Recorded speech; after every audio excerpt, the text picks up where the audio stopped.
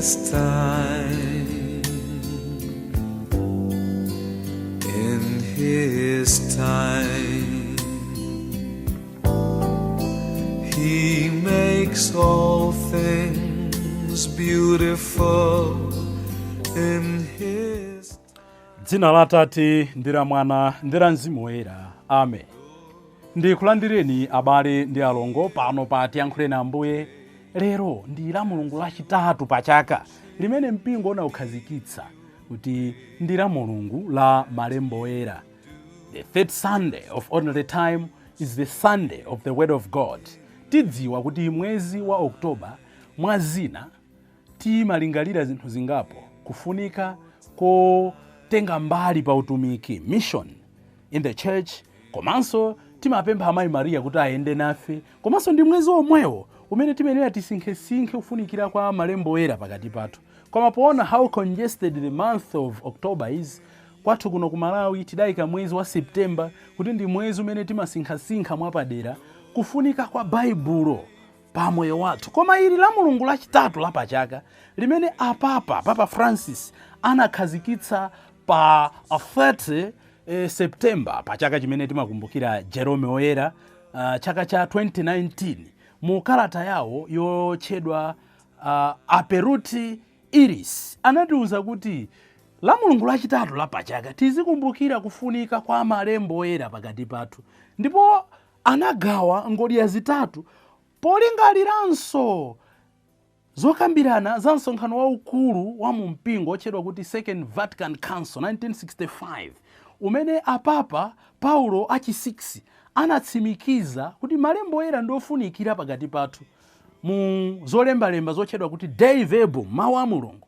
Papa pobwereza mawu amenewo mchaka cha 2019 pokhazikitsa tsiku ili anatikumbutsa kuti la Mulungu ili tizilingalira zinthu zitatu pa mawu a Mulungu: kuti Mulungu amadzipereka yekha kwa ife, choyambirira; chachiwiri, nanga tingafalitse bwanji, how can we transmit that word of God, tingafalitse bwanji mawu a Mulungu amenewo; ndipo potsirizira tizipemphera mosinkhasinkha, prayer and meditation on the word of God. Lero ndi tsiku lalikulu limene tikuyenera tisinkhe mozama za ulemerero wa mawu a Mulungu pakati pathu. Mawu athu oyamba akuchokera m'buku la mneneri Nehemaya, mutu wa 8 ndime 2 kulekeza 10, ndipo mawu achiwiri akuchoka mkalata ya Paulo yolembera mpingo kwa Korinto, kalata yoyamba mutu wa 12 ndime 12 kulekeza 30, ndipo mthenga wabwino ndi monga adalembera Luka Oyera, mutu wa 1 ndime 1 kulekeza 4, kudzawerenganso mutu wa 4 ndime ya 14 kulekeza 21. Tena abale ndi alongo tisinkhe limodzi, chifukwa the joy of the Lord is our strength. Chimwemwe cha Ambuye ndiye mphamvu zathu. Mawu oyamba. Mawu a m'buku la Nehemiya.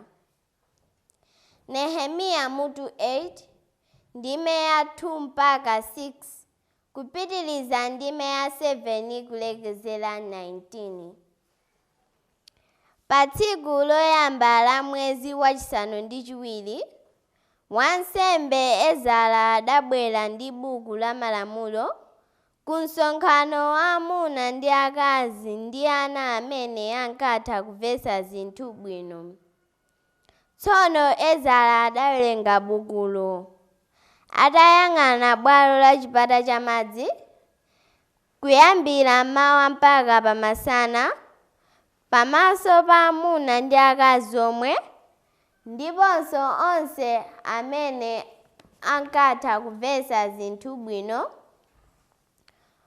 ndipo anthu onse ankatchera makutu kuti amve zowerengazo. Ezara adayimirira pa nsanja ya mitengo imene anthuwo adamanga chifukwa cha msonkhanowo, ndipo adafutukula buku anthu onse akupenya. Pomwepo anthu onse adayimirira. Kenaka Ezara adati, atamandike chauta Mulungu wamkulu. Ndipo anthu onse adakweza manja nayankha kuti, inde momwemo, inde momwemo. Pambuyo pake adaweramitsa mitu pansi ndipo adapembedza chauta ali mchizolikire. Anthu atayimiranso, Alevi adawerenga buku la malamulo a Mulungu momveka ndithu, ndipo adatanthauzira mawuwo kuti anthu amvetse bwino. Tsono bwanamkubwa Nehemiya pamodzi ndi wansembe Ezara kudzanso Alevi amene ankaphunzitsa anthu adawuza anthu onse aja kuti lero ndi tsiku loyera kwa chauta Mulungu wanu. Musakhale ndi chisoni ndipo musalire. Ndiye kuti anthu onse ankalira atamva mawu a malamulowo. Tsono Nehemiya adapitiriza nati, kazipitani mukachite phwando ku nyumba, kenaka mukawapatse anzanu amene sadakonze kanthu, pakuti lero ndi tsiku loyera kwa chauta Mulungu wathu. Ndipo mukhale ndi chisoni, popeza kuti chimwemwe chimene chauta amakupatsani chimakulimbitsani. Mawu a chauta. Tithokoze Mulungu. Mawu achiwiri. Mawu ankalata yoyamba ya Paulo oyera kwa Korinto. Mutu 12 ndime ya 12 kulekezera 21 kudzanso ndime 27. Akhristu ali ngati ziwalo za thupi limodzi limene mutu wake ndi Yesu Khristu. Umodzi wathu uwoneke poyera pa tsiku la Mulungu, komanso pogwirizana pa ntchito zathu zotumikira mpingo. Abale, Khristu ali ngati thupi limodzi limene lili ndi ziwalo zambiri. Ngakhale ziwalozo nzambiri, komabe thupilo ndi limodzi lokha. Pakuti ngakhale ndife Ayuda kapena mitundu ina, akapolo kapena mfulu, mwa ubatizo Mzimu Woyera umodzimodzi adatisandutsa thupi limodzi, ndipo tonsefe tidalandira nawo Mzimu Woyera mmodzi yemweyo. Pakuti thupi si chiwalo chimodzi chokha ayi, koma lili ndi ziwalo zambiri. Nanga phazi litanena kuti, poti sindine dzanja, sindine chiwalo cha thupi, kodi silikhala chiwalo cha thupi chifukwa cha chimenecho? Nanga khutu litanena kuti, poti sindine diso, sindine chiwalo cha thupi, kodi silikhala chiwalo cha thupi chifukwa cha chimenecho? Kodi thupi lonse litakhala diso lokha, nanga munthu akadamva bwanji? Kapena thupi lonse lidakakhala khutu lokha, nanga munthu adakafunkhiza bwanji?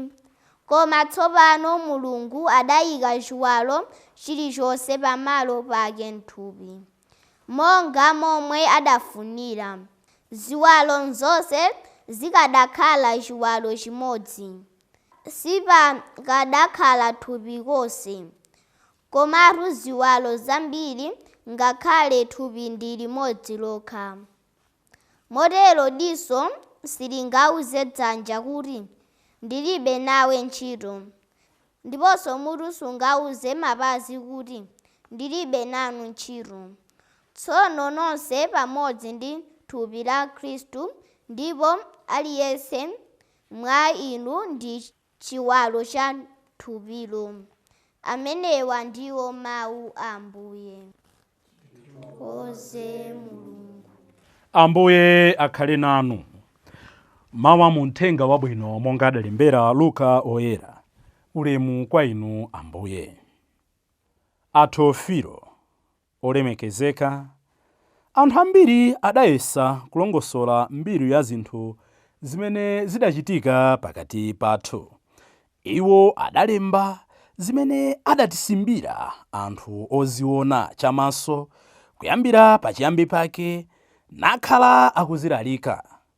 Tsono popeza kuti inenso ndalondola mosamala kwambiri mmene zonsezo zidachitikira kuyambira pachiyambi, ndaganiza kuti n'kwabwino kuti ndikulembereni zimenezo mwatsatanetsatane. Ndatero kuti mudziwe ndithu kuti zimene adandiphunzitsazo nzoona. Abale, Yesu adabwereranso ku Galileya ndi mphamvu za Mzimu Woyera. Mbiri yake idawanda kuzungulira dziko lonselo. Ankaphunzitsa m'nyumba zawo za mapemphero ndipo anthu onse ankamutamanda. Nthawi ina Yesu adafika ku Nazareti kumene adaleredwa. Ndipo pa tsiku la Sabata adalowa m'nyumba ya mapemphero monga adazolowerera nayimirira kuti awerenge mawu. Adampatsa buku la mneneri Yesaya. Tsono iye adafukutula bukulo napeza pamene padalembedwa kuti Mzimu wachauta wadzaza mwa ine, wandidzoza kuti ndikalalikire amphawi uthenga wabwino, wandituma kuti ndikalengeze kwa andende kuti adzamasulidwa ndi kwa akhungu kuti adzapenyanso, wandituma kuti ndikapereke ufulu kwa anthu osautsidwa ndi kulalika za nthawi imene Ambuye adzapulumutsa anthu awo. Yesu adatseka bukulo nkulipereka kwa mtumiki wa nyumba ya mapemphero nakhala pansi. Anthu onse amene adasonkhana m'nyumbamo ankangomupenyetsetsa. Tsono Yesu adawawuza kuti lero zachitika zimene adaneneratu malembo amene mwawamvawa. Mthenga wa Ambuye. Ulemu kwa inu Ambuye Yesu Khristu. Ndakamba kale abale kuti lero la Mulungu lachitatu pachaka ndi la Mulungu limene timalingalira ulemerero wa mawu a Mulungu pakati pathu. The third Sunday of Ordinary Time we dedicate to the celebration of the Word of God. Akutiphunzitsa choyambirira kuti kulibe shortcut, kulibe chidule ku mawu a Mulungu. Kulibe zongonena kuti ine mawu a Mulungu ndaloweza, ine mawu a Mulungu ndimadziwa. Ayi, tikuyenera tizawerenga, tizasinkhasinkha, tizapemphera, tusowa chikhulupiriro. Palibe shortcut kuti ine ndamwera ndadziwa zonse. Ayi, chifukwa zonse zimene fetiri, zonse zimene fetimachita, masakramenti, mpingo, chikhulupiriro, they are rooted mawu a Mulungu. Chikhulupiriro chathu chimachoka mmawu a Mulungu ndipo chimabwerera ku mawu a Mulungu. Tikachitenga mawu a Mulungu tikayenda nacho chimabereka zipatso ndi kutibwezeretsanso kwa Mulungu. Sabata imeneyi la Mulungu la lero lidayikidwa mwapaderadera, is set aside deliberately to put emphasis kuti tikamva mawu a Mulungu ndi amene angatitengere ku chipulumutso. So pali zinthu zitatu zimene Dei Verbum mchaka cha 1965 komanso apapa Francis anatsindika mchaka cha 2019 kunena kuti tikuyenera kuti mawu a Mulungu tizakhulupirira, ndipo tikakhulupirira aziutsa chiyembekezo mwa ife, ndipo chiyembekezo cha mwa ife chizibweretsa chikondi. We should believe in the word of God. Our belief should bleed hope, and our hope should bear love in our daily living. Tikangana mawu a Mulungu abale ndi alongo, ndi Mulungu yemwe amene amadzulula kwa ife. Ndi mphatso imene timalandira mchikhulupiriro, Mulunguyo kudzulula mwa ife. Muchadachitira pa chitsamba choyaka moto, Exodo 3 ndime ya 14. Ndipo chifukwa chonena kuti mawu a Mulunguwa ndi mphatso imene amatipatsa ifeyo, tikuyenera kuti mphatsoyo tikayilandira tizipanga develop, tizikulitsa. Tikulitsa bwanji? Pomapanga study, literally study the word of God. Tikalandira mawu a Mulungu aja tizaphunzira, tizasinkhasinkha, contemplate. Komanso tizionetsa action. Ndipo action yayikulu imene tingapangire transmit. Tikalandira mawu a Mulungu aja tikuyenera tiafalitse. Ndipo kufalitsa kwakukulu kumene tingachite ndi mawu a Mulungu ndi ntchito zathu. The way we live is the highest mode of transmitting what we believe. We must protect the word of God from manipulation. Ambiri timagwiritsa ntchito, ambiri akugwiritsa ntchito, adzagwiritsa ntchito mawu a Mulungu molakwika kuti angowapindulira zokoma zakuthupi. So pamene tikuwafalitsa moyo wathu wa tsiku ndi tsiku, tionetsetsanso kuti tikuteteza kuti mawu a Mulungu sakugwiritsidwa ntchito molakwika. Tikambe zoona. Mawu a Mulungu anthu alemera nawo. Sikulakwa kulemera m'dzina la Mulungu, koma kulemera m'dzina lopotoza anthu chifukwa cha mawu a Mulungu tikudzitengera matemberero. Kwanamiza anthu tapempherera chifukwa cha mawu a Mulungu, kwanamiza anthu timachita mamirakuli pasi pa mtima tikudziwa mwina tili ndi mphamvu zina, kwanamiza anthu timatha kulosera pasi pa mtima tikudziwa kuti we are just taking the weakness of people, the frustrations of the people. We should guard against the word of God, against abusing the word of God. Nchifukwa mawu oyamba mneneri Nehemiya kapena kuti Nemaya akutionetsa zimene mawu a Mulungu amatha kuchita m'moyo mwathu. Choyambirira nkuti mawu a Mulungu amabweretsa relief. Ezara atawerenga buku la Mulungu limene lidapezeka litasowa nthawi itali, tikuona kuti the word of God is bringing relief to the people. Atawerengedwa mawu a Mulungu akuti anthu anali kukhetsa misozi, anthu anali kuvomereza, anthu anali kudzigudubula, kudzimvera chisoni. The word of God has reconnected the people to their original source. Mawu a Mulungu amatilumikizitsa kumene tidachokera. Kukamba zoona machimo athu, machitidwe athu, our daily indulging zimapezeka kuti zatilekanitsa ndi Mulungu. Koma ndi mawu a Mulungu amene amabweretsa relief ndi kutisonkhanitsanso ndi Mulungu amene tanthawa. Mulungu samatithawa, timanthawa ndife. Nchifukwa mawu oyambaja anthu atamva mawu a Mulungu tsiku lonse akuti adayamba kulira kudzimvera chisoni, adamva chimwemwe mu mtima mwawo. Ndipo kumapeto kwa zonse tamva Ezara akuwauza kuti musalire. Mu Nehemiah 8:10 akunena kuti the joy of the Lord is the source of our strength. Chimwemwe chimene timachipeza mwachauta ndino gwero la mphamvu zathu. Mawu a Mulungu amabweretsa relief m'moyo mwathu.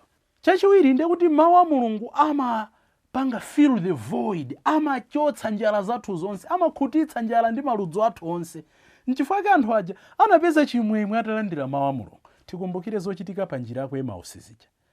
Ophunzira a Ambuye Yesu anali ndi mantha, ophunzira a Ambuye Yesu amaopa mdima, ophunzira a Ambuye Yesu anali ndi nkhawa, ophunzira a Ambuye Yesu they felt rejected. Koma Ambuye Yesu atakumana nawo pa njira paja nkuwafunsa kuti mukambirana zotani. Iwa kodi mlendo ndinu nokha mu Yerusalemu muno.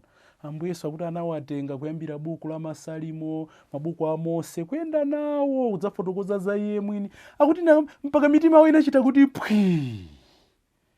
Kenaka anthu aja kumuwuza kuti musachoke mukhale nafe. Ndi mujama kachita mfuisulo, ndipo atanyema mkate maso awo anatseguka nkuzindikira kuti ndi Ambuye. Zimenezo zimene amachita mawu a Mulungu. Amatithandiza kuchotsa nkhawa, amatithandiza kuchotsa mantha. Nchifukwa chake sizali zosadabwitsa pa njira yako Emausi paja kuti ophunzira aja sanaopenso mdima koma anapita ndi chimwemwe kukawuza anzawo kuti tawaona Ambuye. Mawu a Mulungu amatithandiza kuzindikira Mulungu amene.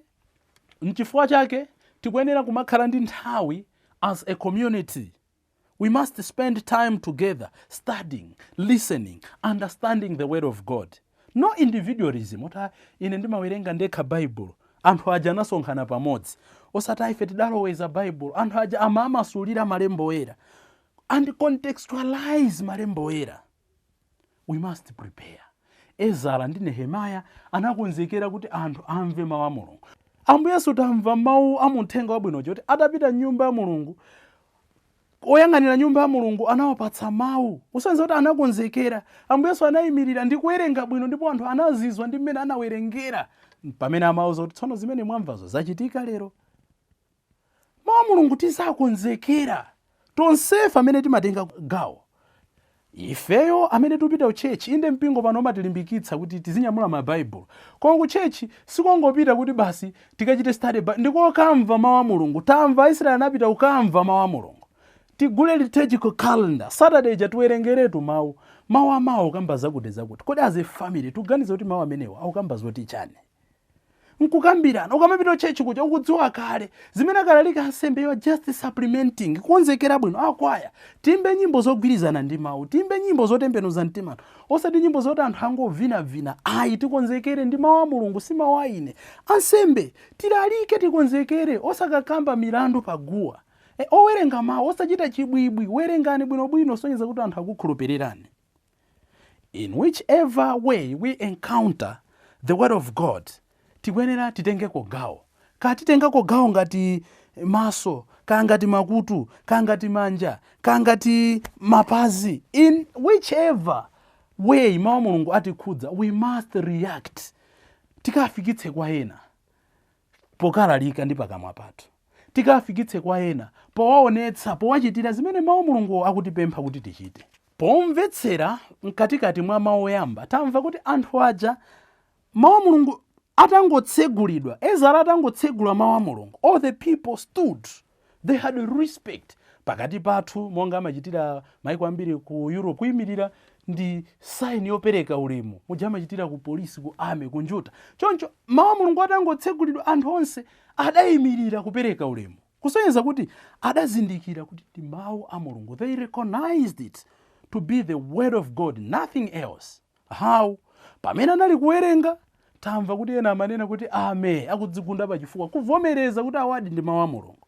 Ena anali kupemphera, bwanji pokweza manjawo, lifting their hands, a sign of prayer. Pamene ena anali kupembedza, bowing, kuwera machozi olika, kusonyeza kuti akupembedza mawu a Mulungu. Umenewo ndi ulemu umene timenera tizipereka ku mawu a Mulungu. Kenaka mawu a Mulungu should evoke reaction in us, change in us. Atawerenga mawu aja akuti anthu ena amalira, anadzimvera chisoni pa machimo amene akhala akupanga. Kodi inu ndine tikamva mawu a Mulungu amabweretsa change in our life?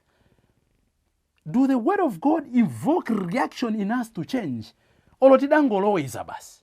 Mawu a Mulungu amenera azitisintha. Dzulo lathu ndi lero lathu lizikhala losiyana chifukwa cha mawu a Mulungu. Tamva kuti Nehemaya anathandizira kuti chechi imangidwenso. Pamene Ezara akuwerenga mawu a Mulungu. Ndikosakwanira kungomanga matchalichi okongola, manyumba okongola. Tikwenera kuti pamene tamanga maparishi okongola, miphakati okongola, timangenso mitima yathu ndi mawu a Mulungu. Tizimvetsera mawu a Mulungu.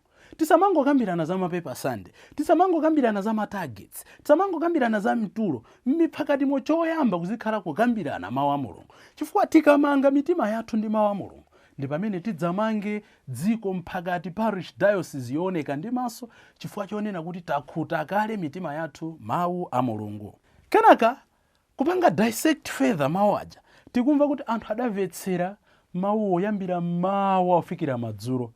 Anali ndi chilakolako, they had the desire to listen to the word of God. Tizikhala ndi chilakolako chomvetsera mawu a Mulungu.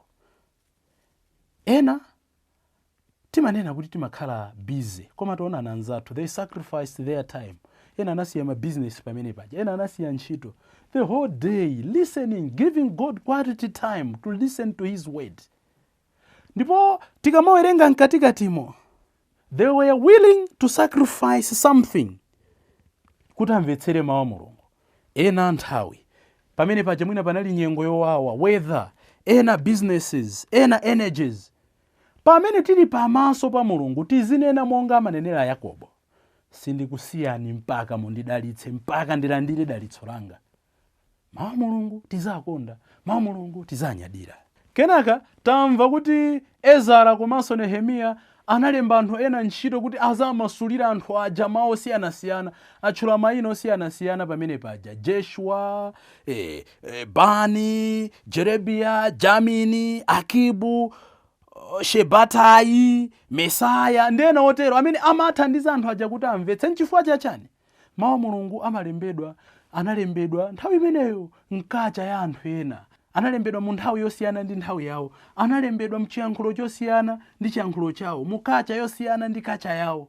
Choncho amene awapange contextualize chimodzimodzinso nthawi ino. Tisangonena kuti mawu a Mulungu kwatenga literally as it is. Nchifukwa kuti timakhala ndi ansembe kumasulira mawu, timakhala ndi anthu osiyanasiyana kumasulira mawu kuti tamvetse bwino, ma Bible study osiyanasiyana. Chifukwa chonena kuti mawu a Mulungu analembedwa mchiyankhulo chosakhala chathu, mchikhalidwe chosakhala chathu, mu nthawi yosakhala yathu. Pakusowekera tiyang'ane zonsezo historical background of the word kuti tamvetse.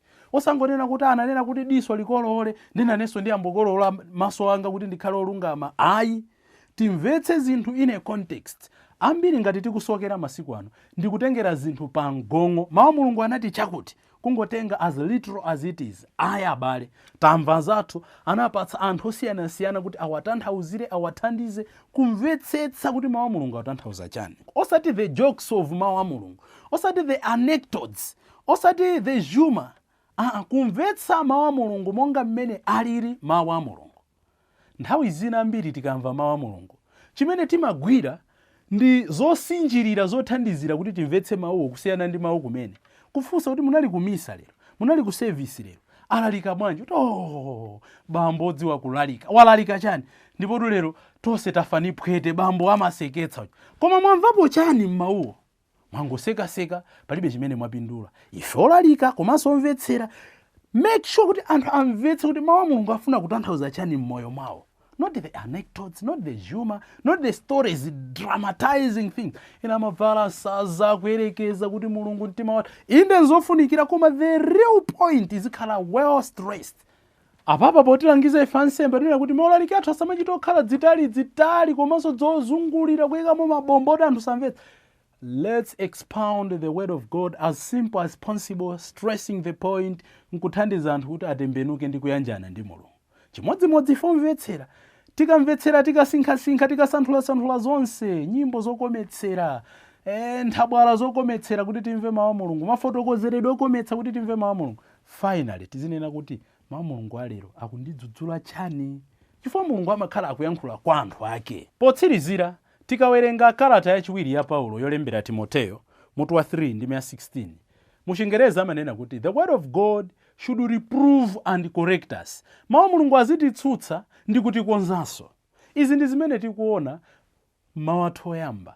Anthu aja atamva mawu a mulungu anadzitsutsa ndi kufuna kuyambanso mwatsopano. No wonder amalira, tidauchimwirani, tifuna tiyambenso mwatsopano. Komano Ezara akuwauza kuti ayi musalire, pitani ku nyumba mukapange act. Mawu a mulungu tisangokhala kuti atidzudzula ndife ochimwa inde tadzimvera chisoni nkhani nkuthera pompo. Tikhala anthu okondwa pozindikira kuti watidzudzulayo ndi mulungu amene amafuna tizikhala okondwa. So tikamva mawu a mulungu kati tili mu chimo chotani, tibwerere ku nyumba mokondwa ndi kukakhala moyo otumikirana wina ndi nzake. Nchifukwa kumapeto kwa zonse Ezara akunena kuti pitani mukakondwe chifukwa the joy of the Lord is my strength. Chimwemwe cha Ambuye ndiye mphamvu zanga. Titokhala ochimwa, titokhala olephera. Komano tikamva mawu a mulungu titasintha, titaonetsa kuyamba mwatsopano, titatumikira anzathu, tizikhala anthu okondwa pozindikira kuti ndi zimene mulungu adayikira mawu ake kuti atipange mwatsopano, atisandutse mbumba yokondeka, mbumba yomvera iye, mbumba yotsatira iye. Kodi muchitapo chiyani lero la mulungu la mawu a mulungu? Kodi muli nalo Baibulo? Kodi mukambirana ngati banja? Kodi muthandiza ena kumvetsa mawu a mulungu? Kodi muthandiza ndi ndalama zanu kuti mawu a mulungu afalikire ponseponse? Ambuye atithandize kumachita chifuniro chake pokonda mawu ake. Tsono tiye tipite mokondwa tikukawerenga ndi kusinkhasinkha Nehemiah 8 ndi 10 pamene akunena kuti tsono musakhale ndi chisoni popeza kuti chimwemwe chimene chauta amakupatsani chimakulimbitsani, chimwemwe chimene chauta amapereka chimatilimbitsa. The joy of the Lord is our strength. Tichita chani tsiku la lero? Dzina la Atate ndi la Mwana ndi la Mzimu Woyera. Amen. In your time, in your time, you make all things beautiful in your time.